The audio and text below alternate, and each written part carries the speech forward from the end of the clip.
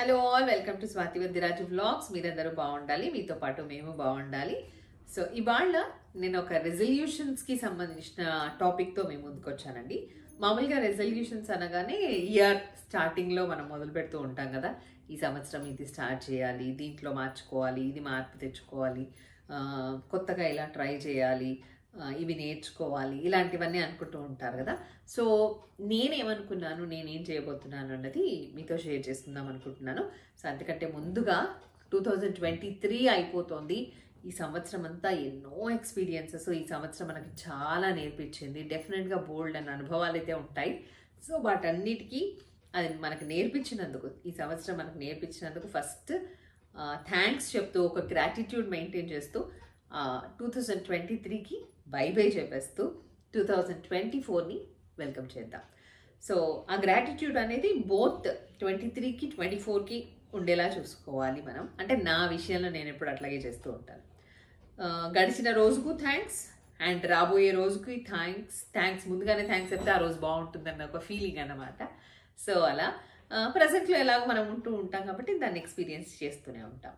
But anyways, resolutions గురించి మాట్లాడుకుందాం. ఇక రెజల్యూషన్స్ ఎలాంటివి తీసుకుంటే బాగుంటుంది అన్నది నేను ఆలోచించినప్పుడు నాకు ఒక 5 పాయింట్స్ గుర్తొచ్చాయి. విచిత్రం ఏంటంటే ఆ 5 పాయింట్స్లో అన్నీ ఎఫ్తో స్టార్ట్ అవుతున్నాయి. సో అనగానే అలా అనిపించగానే నేను అనుకున్నా 5F రూల్ అని చెప్పేసి, ఇది పెట్టుకుందాం రెజల్యూషన్కి సంబంధించి అని చెప్పేసి. So I'll share with you. ఏంటంటే ఫస్ట్ వచ్చేసి ఫిట్నెస్. డెఫినెట్గా మనకు ఫిట్గా ఉండాలి కదా. మనం ఫిట్గా ఉండి ఆరోగ్యంగా ఉంటేనే ఈ సంవత్సరమే కాదు, మనం మనల్ని చూసుకోవడమే కాదు, అందరినీ చూసుకుంటూ ఉంటాం కాబట్టి. So fitness is most important thing. The first point is fitness.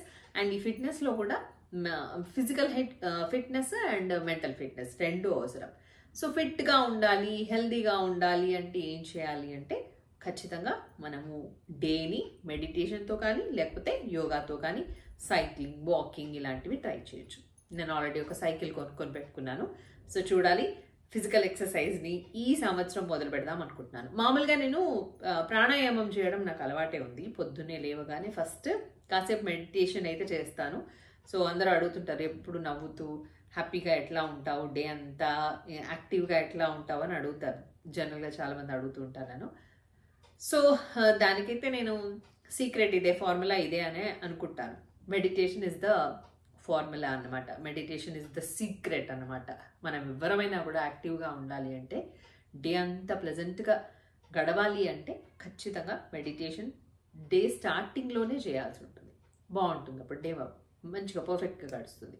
So that is what I want to tell you. First physical fitness and mental fitness. Fitness is most important. హెల్త్ని చాలా జాగ్రత్తగా కాపాడుకోవాలి. That is first F.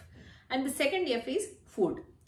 Food ఎలాంటి food తీసుకోవాలి, ఖచ్చితంగా fibre ఉండేలాగా plan చేసుకోవాలి దాంట్లో. సో దీంట్లో కూడా ఎఫ్ ఉంది. యాక్చువల్గా ఈ పాయింట్లో నేను 5Fకి బదులు 6F అని యాడ్ చేయొచ్చేమో, but that's okay. Food is more important కాబట్టి the second one is food. దాంట్లో ఫైబర్ ఉండాలి, అన్ని ప్రోటీన్స్, మినరల్స్ అన్నీ ఉండేలా చూసుకోండి. డ్రై ఫ్రూట్స్ ఉంటే మరీ మంచిది, చూసుకోండి కదా. యాక్చువల్గా నేను అనుకుందే అది. సో డ్రై ఫ్రూట్స్ ఉండేలాగా ప్లాన్ చేసుకుందాము. అలాగే డ్రింక్స్ ప్రిపేర్ చేసుకుందాం అనుకుంటున్నాను ఈ సంవత్సరం అంతా. ఎలా అంటే డీటాక్సిఫై డ్రింక్స్ ఉంటాయి కదా, లైక్ జీరా వాటర్ అని చెప్పేసి, లెమన్ వాటర్ విత్ హనీ అని. సో అలాంటివి ట్రై చేద్దాం అనుకుంటున్నాను. నేనైతే పొద్దున్నే ఒక పెద్ద గ్లాస్ టీ తాగడం నాకు అలవాటు. అది మానేస్తానో లేదో తెలియదు కానీ, బట్ ఒక మంచి డ్రింక్తో అయితే స్టార్ట్ చేద్దాము డేని అని అనుకుంటున్నాను. అది కొంచెం 50-50 లానే ఉంది. సో బట్ స్టిల్ అదొక రెజల్యూషన్ అన్నమాట. ఫుడ్ విషయంలో అదొక రెజల్యూషన్. అండ్ జంక్ ఫుడ్ జోలికి అట్లీస్ట్ ఒక 50% వెళ్లకుండా ఉందాము అని చెప్పేసి అనుకుంటున్నాను. ఫుడ్ క్రేవింగ్స్ ఉంటాయి కాబట్టి ఖచ్చితంగా ఈ సంవత్సరంలో అన్ని మానేయాలి అని చెప్పలేను. నెమ్మదిగా కంట్రోల్ చేసుకుందామని అయితే అనుకుంటున్నాను. So that is about food. మంచి ఫుడ్ తీసుకోవాలి అన్నది point. And the third thing is financial discipline. ఇది నాకు యాక్చువల్గా చెప్పాలంటే ఫైనాన్షియల్ డిసిప్లిన్ చాలా తక్కువ అండి. నేనంత ఫైనాన్షియల్గా డిసిప్లిన్గా ఉండలేను, ఎందుకో తెలీదు. పిల్లలకి ఏదైనా కావాలనగానే టక్కున కొనిపడాలు, ఈవెన్ నాకైనా నా విషయంలో అయినా నేను కొంచెం ఎక్కువగా ఖర్చు పెట్టడం అట్లా చేస్తూ ఉంటాను. మా అమ్మ అయితే భలే తిట్టేది, అసలు ఏది పడితే అది కొంటూనే ఉంటావు అని చెప్పేసి తిడుతూ ఉంటుంది. సో మా అమ్మ మాటల్ని బాగా చెవికి మెదడుకి ఎక్కించుకుని ఈ సంవత్సరం అంతా ఎక్కువగా దుబారా చేయొద్దు అనుకుంటున్నాను. సో అది ఫైనాన్షియల్ డిసిప్లిన్. ఫైనాన్షియల్ డిసిప్లిన్ కోసం నేను ఇంకా ఏం చేయాలనుకుంటున్నా అంటే ఎవ్రీడే మనం ఎంత స్పెండ్ చేస్తున్నాము, ఎంత ఖర్చు పెడుతున్నామో అది పర్ఫెక్ట్గా పెడుతున్నామా లేదా, పర్ఫెక్ట్ కాదు, ప్రాపర్గా పెడుతున్నామా లేదా, అంటే కరెక్ట్గా యూటిలైజ్ అవుతుందా లేదా, మనం పెట్టే ప్రతి పైసా కరెక్ట్గా ఉంటుందా, ఏమంటారు యూటిలైజ్ అవుతుందా లేదా అన్నది చూసుకోవాలి. అండ్ ఒక అకౌంటబిలిటీ అంటారు, అదేదో మెయింటైన్ చేయాలి ఖచ్చితంగా అని అనుకుంటున్నాను. దీనికి కూడా కొంచెం హోంవర్క్ చేసుకోవాలి అనుకుంటున్నాను. ఇంకా బిజినెస్లో తప్పకుండా అవసరం అది.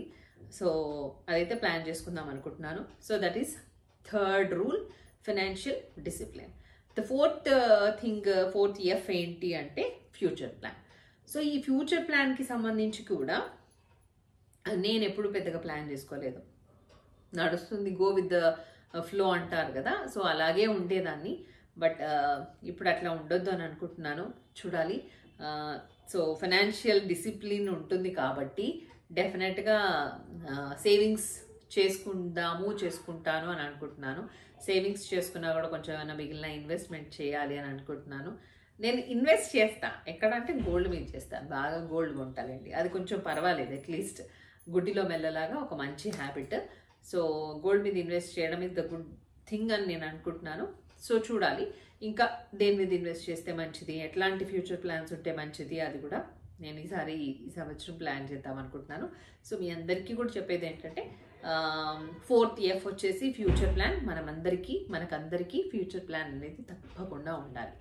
And the fifth thing is family అండి. ఇంకా ఈ 4 థింగ్స్ ఏవైనా ఉన్నాయి అంటే, ఈ 4 ఎఫ్స్ ఉన్నాయి కదా, ఫిట్నెస్ కానీ, ఫుడ్ కానీ, అట్లాగే ఫైనాన్షియల్ డిసిప్లిన్ కానీ, ఫ్యూచర్ ప్లాన్ కానీ, ఈ 4 పాయింట్స్ని మన ఫ్యామిలీలో ప్రతి ఒక్కరికి అలవాటు చేయాలి. సో మనం ఫస్ట్ నేర్చుకోవాలి. ఆడవాళ్ళం, నేను అమ్మాయిని కాబట్టి చెప్తున్నాను. సో మనం నేర్చుకోవాలి. యాజ్ అ హోమ్ మినిస్టర్ మనం నేర్చుకుని మన పిల్లలకి, మన హస్బెండ్కి, వాళ్ళకి ఎవరికైతే ఉండవో అవన్నీ వాళ్ళకి నేర్పించే ప్రయత్నం చేయాలి.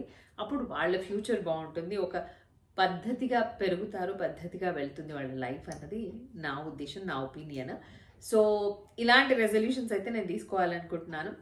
హోప్ యూ ఆల్ ఎంజాయ్డ్ కాదు, దీని పెద్ద ఎంజాయ్మెంట్ ఏముంటుంది, కానీ మీకు కూడా ఓకే అనిపిస్తుందనే అనుకుంటున్నాను. ఒకవేళ మీకు నచ్చితే లైక్ చేయండి, కామెంట్ ద్వారా ఎలా అనిపించిందో ఈ పాయింట్స్ తెలియచేయండి.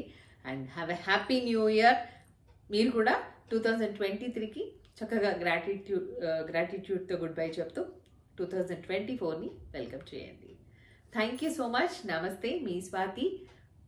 Stay healthy, stay wealthy, stay tune to Swathi Vaddiraju vlogs.